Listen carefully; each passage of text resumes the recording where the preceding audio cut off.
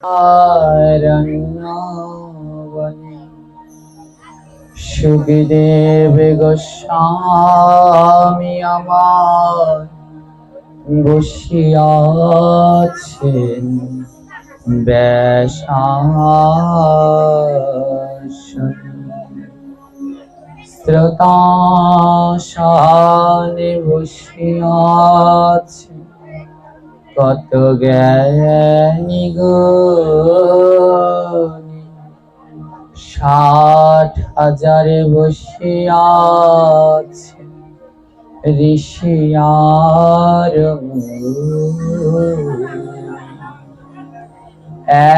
এক এক করি শ্লোক সুখদেব করিছে আলোচনা, যাহা হইতে ঘুচে দেখো কলি জীবে যতেক যন্ত্রণা। তার মধ্যে এক শ্লোক করিব আলোচনা, সবে মিলে ভক্তবৃন্দ শ্রবণ করুন হয়ে এক মন। স্বয়ম্ভু নাম রাধা শম্ভু কুমার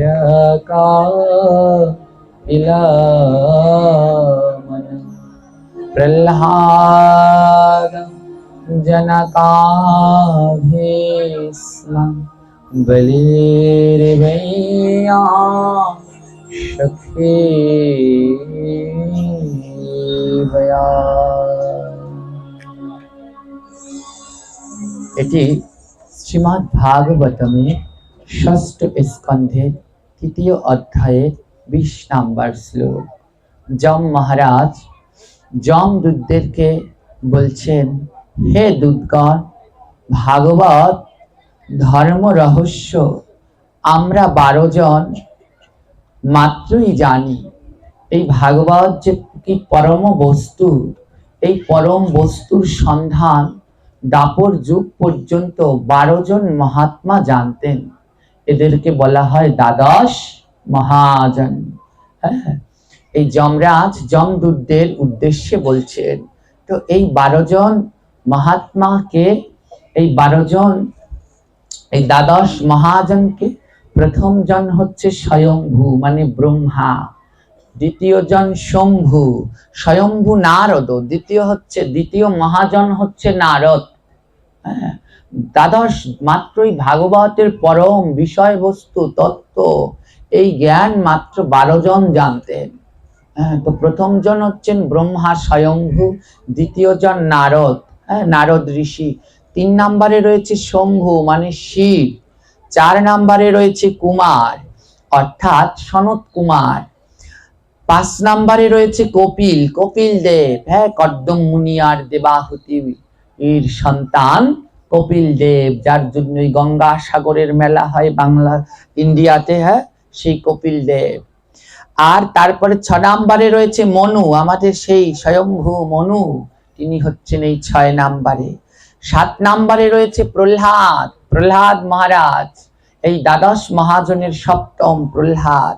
৮ম জনে রয়েছে জনক, হ্যাঁ মাতা সীতার পিতা জনক রাজা রাজর্ষি, ইনি হচ্ছেন ৮ম। ৯মে রয়েছে ভীষ্ম, গঙ্গা পুত্র ভীষ্ম, দেবব্রত ভীষ্ম, ইনিও এই পরম ভাগবত কথা জানতেন, এই ভাগবতের মহিমা জানতেন, ইনি ৯ম। ১০মে রয়েছে বলি, হ্যাঁ বলি হচ্ছে কে, এই প্রহ্লাদের নাতি, হ্যাঁ এই যে ভক্ত প্রহ্লাদ, এই প্রহ্লাদের নাতি হচ্ছে গিয়ে বলি, ইনি হচ্ছে ১০ম, হ্যাঁ ১০ম ভাগবত, এই ভাগবতের দ্বাদশ মহাজনের ১০ম জন।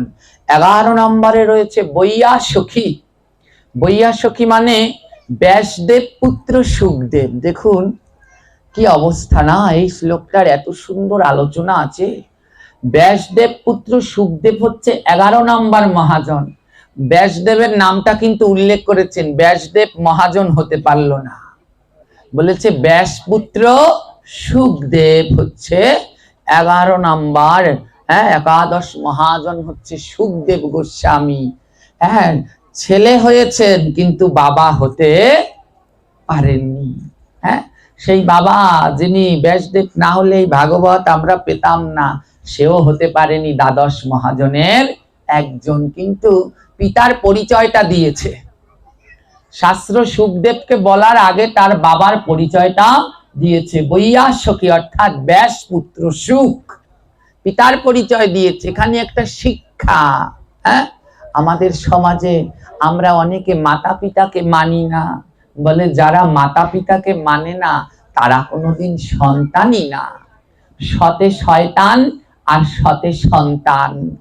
হ্যাঁ, যারা মা বাবাকে ভালোবাসে তারা সন্তান, আর যারা মা বাবাকে ভালোবাসে না, যারা মা বাবাকে শ্রদ্ধা ভক্তি করে না, ওইগুলোকে বলে শয়তান।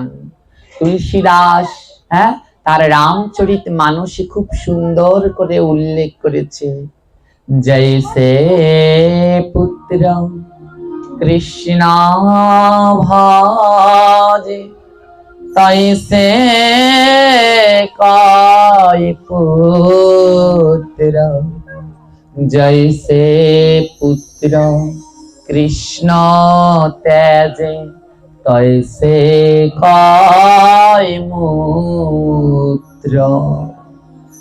পুত্র মূত্র, মূত্র মানে প্রস্রাব।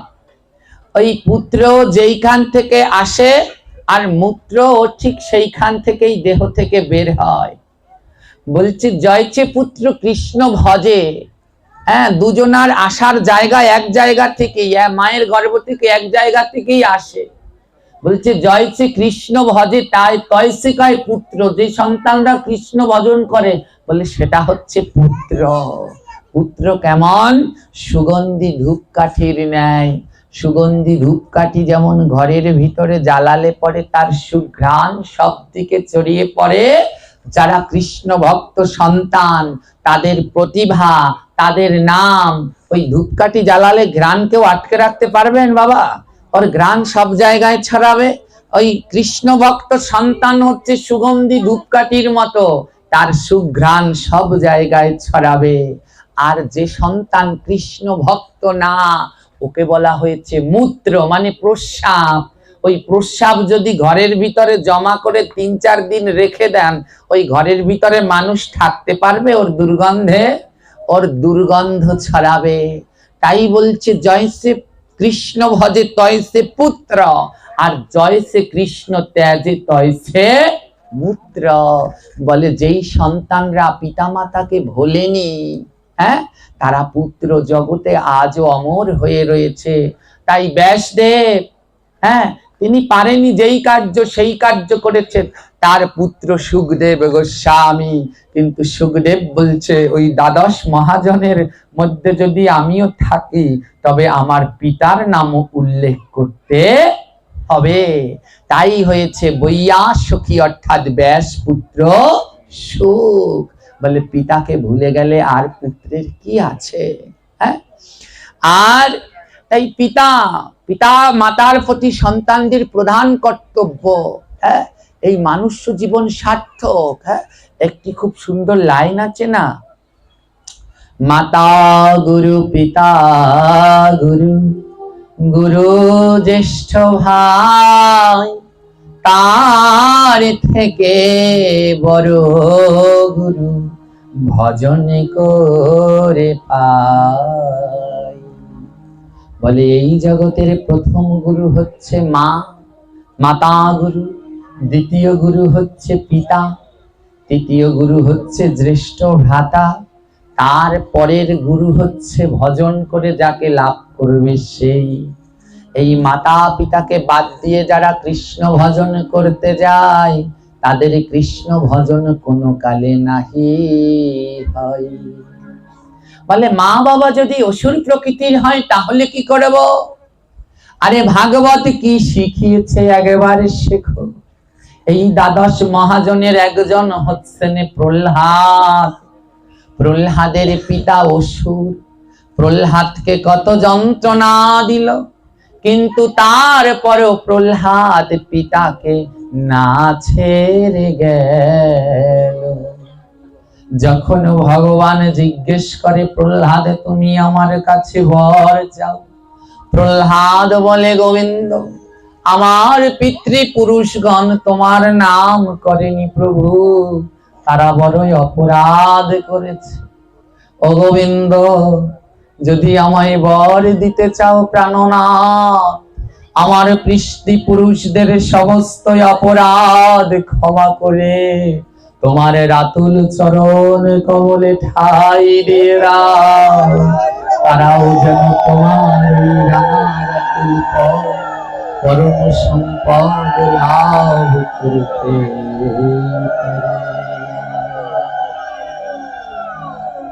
তাই শাস্ত্রে বলা হয়েছে কি, ভজ রে মন মাতা পিতার শ্রীচরণ, আগে কর সাধন।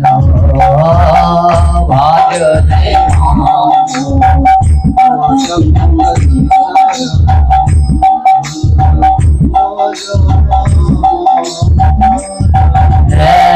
ভজ রে মন মাতা পিতার শ্রীচরণ, আগে কর সাধন। ভজ রে মন মাতা পিতার শ্রীচরণ,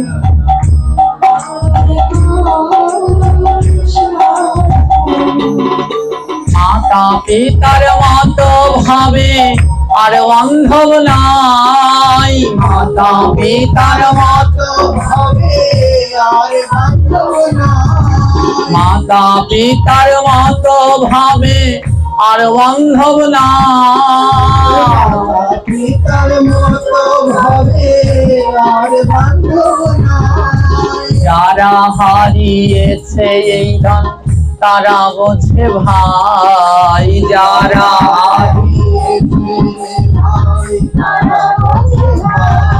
আরে যারা হারিয়েছে এই ধন তারা বোঝে ভাই, যারা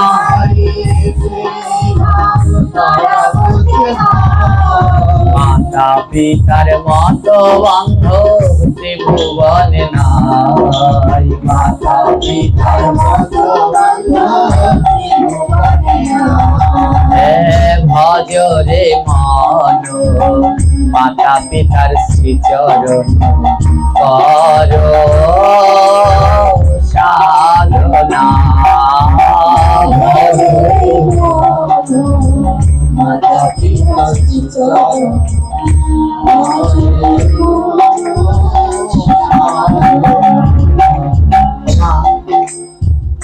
এই কৃষ্ণ ভজন করতে হলে শাস্ত্র বারবার দেখিয়েছে সবার আগে যেটা দরকার সেটা হচ্ছে মাতা পিতার প্রতি নিষ্ঠা ভক্তি। এই মাতা পিতা যে কি ধন আমরা সেটা বুঝতে পারি না, যখন বুঝি তখন আর সময় থাকে না। কখন বুঝি জানেন? ওই যে লাস্টের লাইনে বোঝে, যারা হারিয়েছে তারা বোঝে এই মাতা পিতা কেমন ধন।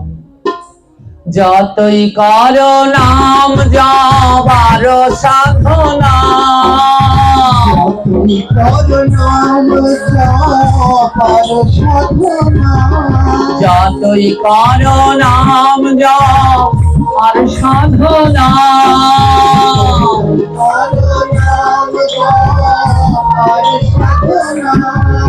মা বাবাকে কষ্ট দিলে কিছু পাবে না, বাবাকে কষ্ট দিলে কিছু পাবে না, মা বাবাকে কষ্ট দিলে কিছু পাবে না, বাবাকে কষ্ট দিলে কিছু পাবে না।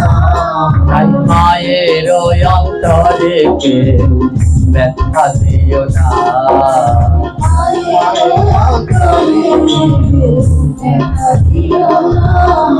মায়ের অন্তরে কেউ ব্যথা দিও না, মায়ের অন্তরে কেউ ব্যথা দিও না। মায়ের চরণ ধুলি মাথাতে দাও না,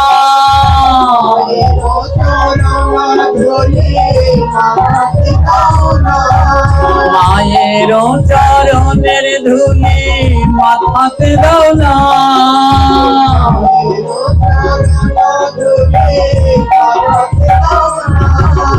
মায়ের অন্তরে কেউ ব্যথা দিও না,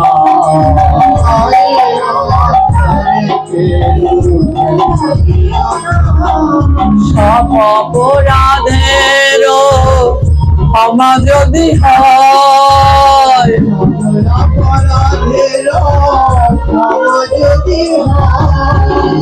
মায়ের অন্তরে ব্যথা দিলে না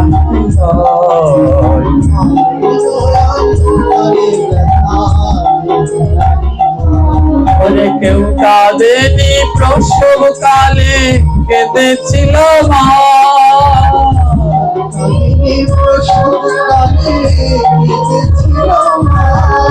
কেউ কাঁদেনি প্রসব কালে কেঁদেছিল মা,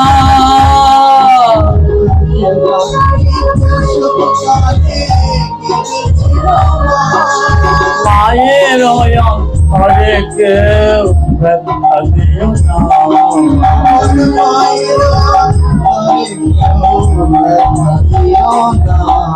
মায়ের অন্তরে কেউ ব্যথা দিও না,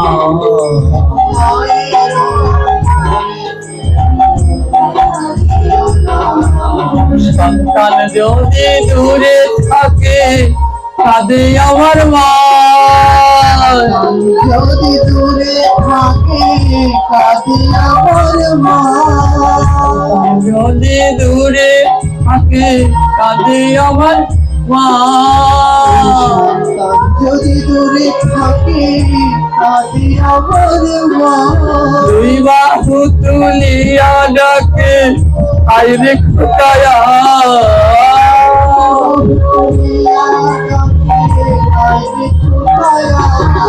দুই বাহু তুলিয়া ডাকে আইরে খোকায়া, দুই বাহু তুলিয়া ডাকে আইরে খোকায়া।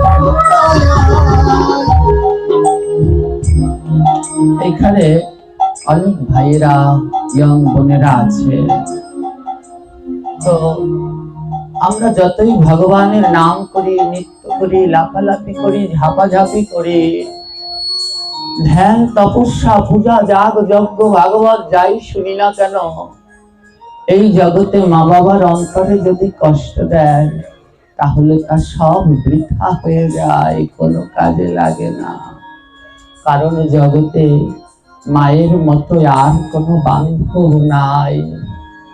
মা পৃথিবীর সব থেকে ছোট্ট একটি শব্দ, কিন্তু এর মহিমা, এর মাধুরতা এত বিশাল, সারা জীবন আলোচনা করলেও মায়ের কথা বলে শেষ করা যায় না। সন্তান পৃথিবীর যেই প্রান্তে থাকে, মা সদা সর্বদা সন্তানের কথাই ভাবে। কিন্তু দুঃখের বিষয়, আমরা বর্তমান সময়ে মা বাবার কথা ভাবি না। কথায় কথায় মা বাবার অন্তরে কষ্ট দেই, দুঃখ দেই। মায়ের চোখে অনাবরত জল ঝরে, আর মায়ের চোখে জল ঝরলে ওই গয়া কাশী বৃন্দাবন গেলেও কোনো ফল হয় না। মা এমন ভগবানের এক তৈরি, মা যদি পৃথিবীর এই প্রান্তে থাকে, সন্তান ওই প্রান্তে। সন্তান যদি ব্যথা পায়, এই প্রান্তে বসে মা আগে বুঝতে পারে। তাই মহাজন লিখেছে, সন্তান যদি ব্যথা পায় আগে বোঝে মা, যদি ব্যথা পায় আগে বোঝে মা, সন্তান যদি ব্যথা পায় আগে বোঝে মা, যদি ব্যথা পায় আগে বোঝে মা। মায়ের মতো এই জগতে আর কে হয়? মায়ের মতো এই জগতে আর কে হয়? মায়ের ওই অন্তরে কেউ ব্যথা দিও না, মায়ের ওই অন্তরে কেউ ব্যথা দিও না। মায়ের চোখে ঝরলে জল ক্ষমা পাবে না, মায়ের চোখে ঝরলে জল ক্ষমা পাবে না। হে ভাই, হে বন্ধু, জগতে সব পাপের ক্ষমা হলেও মায়ের চোখে যদি জল ঝরে, বাবার চোখে যদি জল ঝরে, তার কোনো ক্ষমা হয় না। হ্যাঁ, পৃথিবীর এক প্রান্তে মা, আরেক প্রান্তে সন্তান, সন্তান দূর দেশে। সন্তানের যদি কোনো কষ্ট হয়, ভগবানের এমন আবিষ্কার, মা অন্য প্রান্তে বসে বুঝে যায় আমার সন্তান ভালো নাই। জগতে মায়ের মতো আর বান্ধব হয় না। তাই এইখানে যারা বসে আছেন, এই ধন থাকতে এই ধনের আগে পুজো করুন। সাধুগুরুর গলায় মালা পরান, বৈষ্ণবের গলায় মালা পরান। একদিনও কি মাতা পিতার গলায় মালা পরানো হয়েছিল? ভক্ত আসে তাদের চরণ দোয়ান, গুরু আসে চরণ ধুয়ে চরণামৃত পান করেন। একদিন কি আসল গুরু মাতা পিতার চরণ ধৌত করা হয়েছিল? হয়নি তো। যার জন্য এই মানব জন্ম আমাদের বিফলেই গেল। ওই গোড়ায় জলটুকু না দিয়ে আগায় লতায় পাতায় ছিটাচ্ছি, ঘরে মা বাবা কাঁদছে, আর আমরা অন্যদিকে সুখে আনন্দে থাকছি। কোনোদিনই ভজন নয়। ওই মাটির প্রতিমা মা দুর্গা কালীর কাছে গিয়ে মা মা বলে হাজারটা ডাক দেবে, একবারও সাড়া দেবে না। আর পৃথিবীর ওই প্রান্তে রাত 12টার সময় মা ঘুমিয়ে রয়েছে, একবার যদি মা বলে ডাকো, ঘুমের ভিতরে মা সন্তান সন্তান লাফ দিয়ে উঠবে। আজকে এইখানে এই কমিটির দাদারা বলছে একটু মাতা পিতাকে নিয়ে বলবেন, কিন্তু এমনই সময় বলেছে জানেন, আমার মা খুব অসুস্থ, আমার মা কোনো সাড়া দেয় না আজকে সকাল থেকে, খুবই অসুস্থ। তো চিকিৎসা চলছে, এখন হসপিটালে ভর্তি। কিন্তু ওই যখন ফোন দিয়েছি, আজকে তো এখানে পাঠ, আমি কালকে চলে যাব সকালে। তো যখন ফোন দিয়েছি, ওই একটু পরপর শুধু বাবা বাবা বলে ডাকে। তো আমাকে তো বাবা বলে ডাকে, একটু পরপর ওই চেতনা নাই, কিন্তু তার ভিতরেও সে ওই বাবা বাবা বলেই ডাকছে। দেখুন তার কতটা শরীরের ভিতরে যন্ত্রণা, কিন্তু আমার মতো পাপীর কথা সে এখনো বলতে পারেনি। ওই অচেতনার ভিতরেও সে বাবা বাবা বলে ডাকছে। প্রত্যেক মা যাদের জীবনের নিঃশ্বাস প্রশ্বাস শুধু সন্তানের জন্যে, নিজের সর্বস্ব বিলিয়ে দেয় সন্তানের জন্যে, কিন্তু আমরা সন্তানরা এমন জন্তুতে পরিণত হয়েছে, কথায় কথায় মায়ের বুকে কষ্ট দেই। ছোটবেলায় আমরা প্রস্রাব করতাম, আমাদের প্রস্রাবে মায়ের আঁচল ভিজত, আর বড়বেলায় আমরা মা বাবাকে এত কষ্ট দেই, তাদের নয়নের জলে আবার সেই মায়ের আঁচল ভিজে যায়। মায়ের আঁচল আর শুকায় না। তাই জগতে যারা মা বাবাকে ভালোবাসে না, তাদেরকে আমার পরমেশ্বর গোবিন্দ ভালোবাসে না। পরম পুরুষোত্তম শ্রীরামচন্দ্র বলেছে, তোমরা সকাল বেলায় ঘুম থেকে উঠে সর্বপ্রথম জ্যান্ত ভগবান মাতা পিতার চরণ তলে প্রণাম করো। ওই মাতা পিতার চরণ তলে করিলে প্রণাম, সেই প্রণাম পায় আমার প্রভু নারায়ণ। আর কথায় কথায় আমরা মাতা পিতাকে এত কষ্ট দেই। আরে একবার তাকিয়ে দেখো, তাদের প্রত্যেক শ্বাস নিঃশ্বাস শুধু সন্তানের মঙ্গল। সন্তান যত দূরেই থাকুক না কেন, এমনকি মা বাবা যদি, এখানে অনেকেই আছেন যাদের মা বাবা এই ধরাধামে নেই, ওপারে চলে গেছে, কিন্তু সেইখানে বসেও তারা দুই হাত তুলে আপনাদের প্রাণ ভরে আশীর্বাদ করছে, যেন আমার সন্তান গোবিন্দ তোমার নাম করে শুদ্ধ ভক্তির পথে অগ্রসর হতে পারে, যেন তার বংশের মান কুল যশ প্রতিষ্ঠা করতে পারে। মা বাবার আশীর্বাদ ছাড়া জগতে কিছু লাভ করা যায় না। ও গুরু বৈষ্ণব যেটাই যাও না কেন, সবার শ্রেষ্ঠ হচ্ছে মাতা পিতার আশীর্বাদ। যত যার চরণ ধুলি মাখো না কেন, যত চরণামৃত পান করো না কেন, জগতে মাতা পিতার চরণ ধুলির সমান আর কিছু হয় না। তাই কি বলেছে, তাই বলেছে, সময় থাকিতে মন হৌরে সচেতন, সময় থাকিতে মন ধরো রে একবার মায়ের চরণে ধরো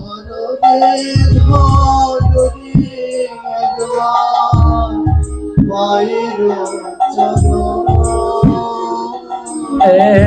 ধরো রে একবার পিতার চরণ, ধরো রে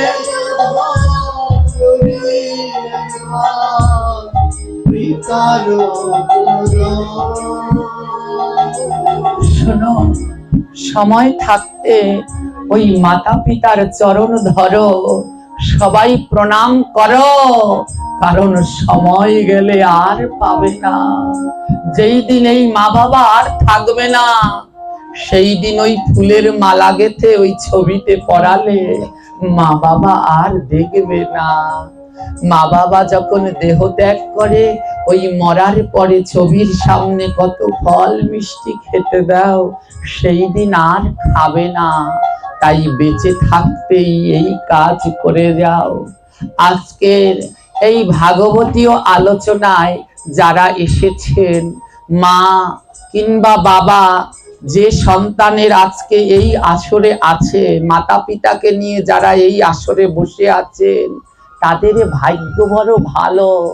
কারণ ওই যে পঞ্চতত্ত্বের কীর্তনে আছে না, পঞ্চপুত্র সঙ্গে ভজে রায় ভবানন্দ, তিনপুত্র সঙ্গে নাচে সেন শিবানন্দ। বলে সেই পুত্রের ভাগ্য ভালো যারা পিতা পুত্রে কৃষ্ণ ভজন করে গেল। এই আসরে যদি কোনো ভাগ্যবান পুত্র কন্যা থেকে থাকেন, যাদের মা বাবা এই আসরে আছে, আপনারা আজ এই ভক্তের সম্মুখে সেই মা বাবার কাছে চলে যান, গিয়ে একবার মা বাবার চরণে প্রণাম করে নিন, আপনাদের মানব জীবন ধন্য হয়ে যাবে। এখানে যদি সেই রকম ভাগ্যবান সন্তান থাকেন, আপনারা সবাই সবার মা বাবার কাছে গিয়ে একটিবার প্রণাম করে আসুন, মাকে বুকের মাঝে জড়িয়ে ধরুন। হৃদয়ের সমস্ত শান্তি, সমস্ত পরম পাওয়া হয়ে যাবে। এই ভাগ্য কিন্তু আর হবে না। ওরে করলে একবারে মাতা পিতা চরণে প্রণাম, করলে একবার মা চরণে প্রণাম করলে একবার মাতা পিতা চরণে প্রণাম করলে একবার মাতা পিতা চরণে প্রণাম সর্বশ্রেষ্ঠ খুশি হয় আমার নারায়ণ সর্বশ্রেষ্ঠ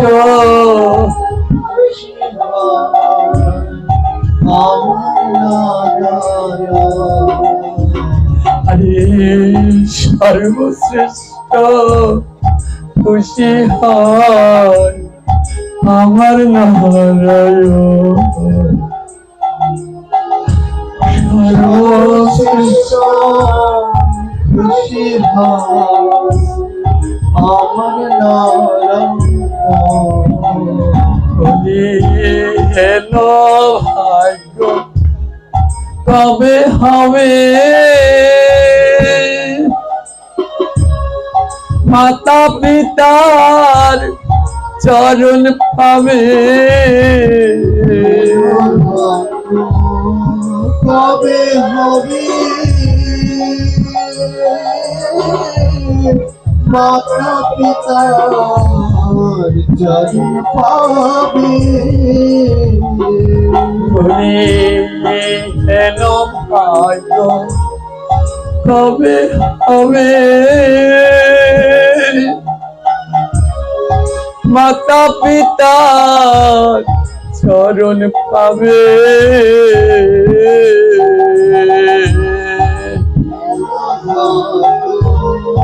কবে হবে মাতা পিতার চরণ পাবে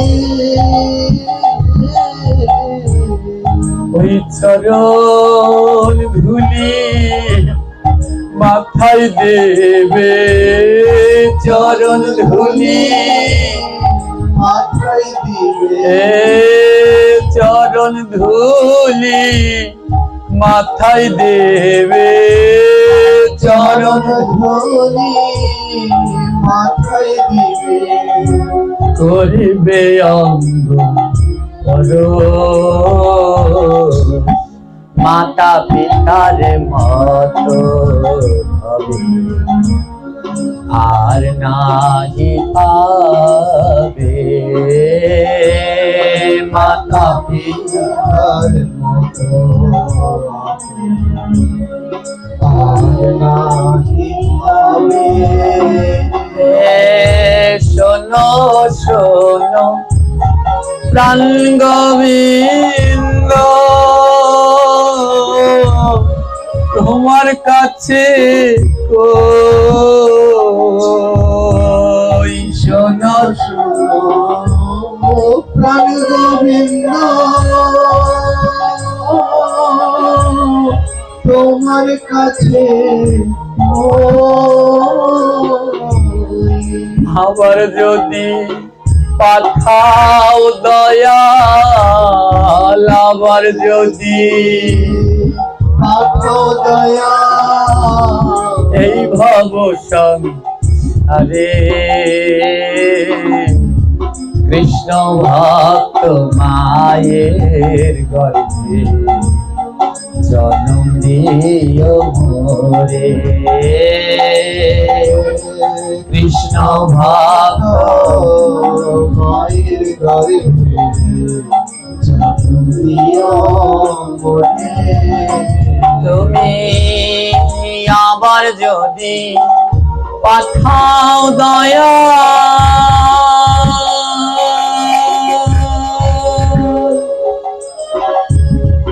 এই ভাব সংসারে আবার যদি পাঠাও দয়া ভবসা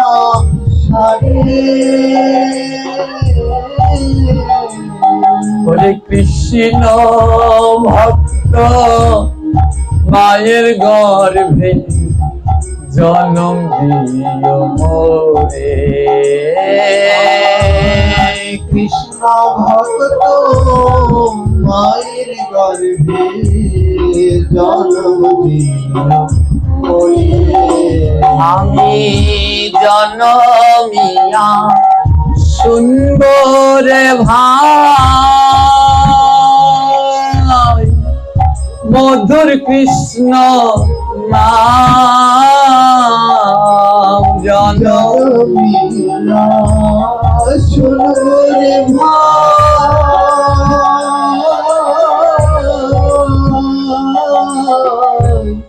মধুর কৃষ্ণ কৃষ্ণ ভক্তের চরণ ধুলি। কৃষ্ণ ভক্তের চরণ ধুলি। আমি কৃষ্ণ ভক্তের চরণ ধুলি। কৃষ্ণ ভক্তের মাথে বোঝে হোক কৃষ্ণ ভক্তের চরণ ধুলি। মাথে বোঝে হোক কৃষ্ণ কৃষ্ণ নাম দয়া। হরি হরি নাম কৃষ্ণ কৃষ্ণ নাম দয়া। হরি হরি আরে কৃষ্ণ ভক্ত মায়ের গর্ভে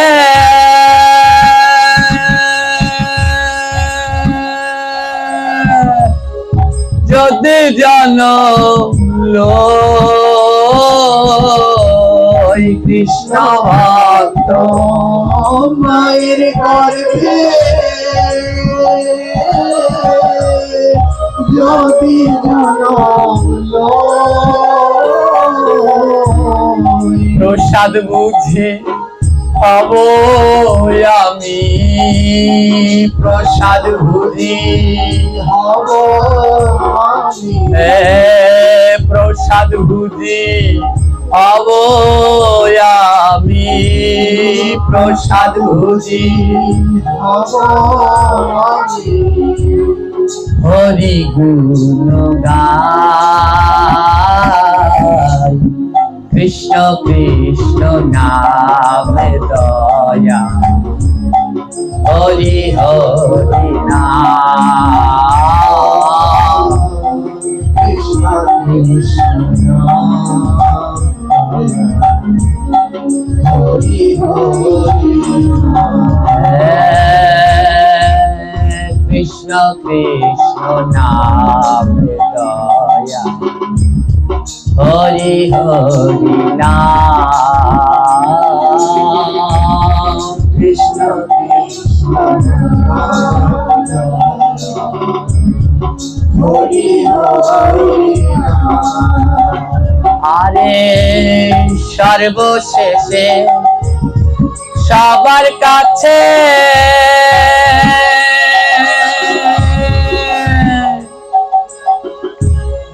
বলিবারে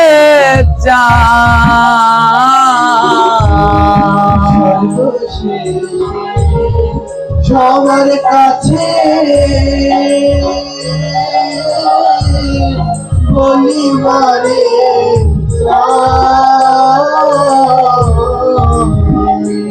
ওই মাতা পিতার মনে তোমরা মাতা পিতার মনে তোমরা ওই মাতা পিতার মনে তোমরা মাতা পিতার মনে তোমরা কষ্ট দিও না ভাই।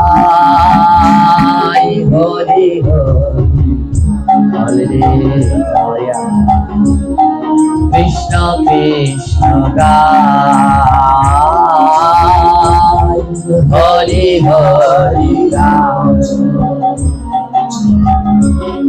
কৃষ্ণ কৃষ্ণ একবার হরি হরি বলে রে মনা, কৃষ্ণ কৃষ্ণ বল, হরি হরি। জয় জয় মাতা পিতা প্রীতি প্রেমার, একবার নিতাই গৌর, হরি হরি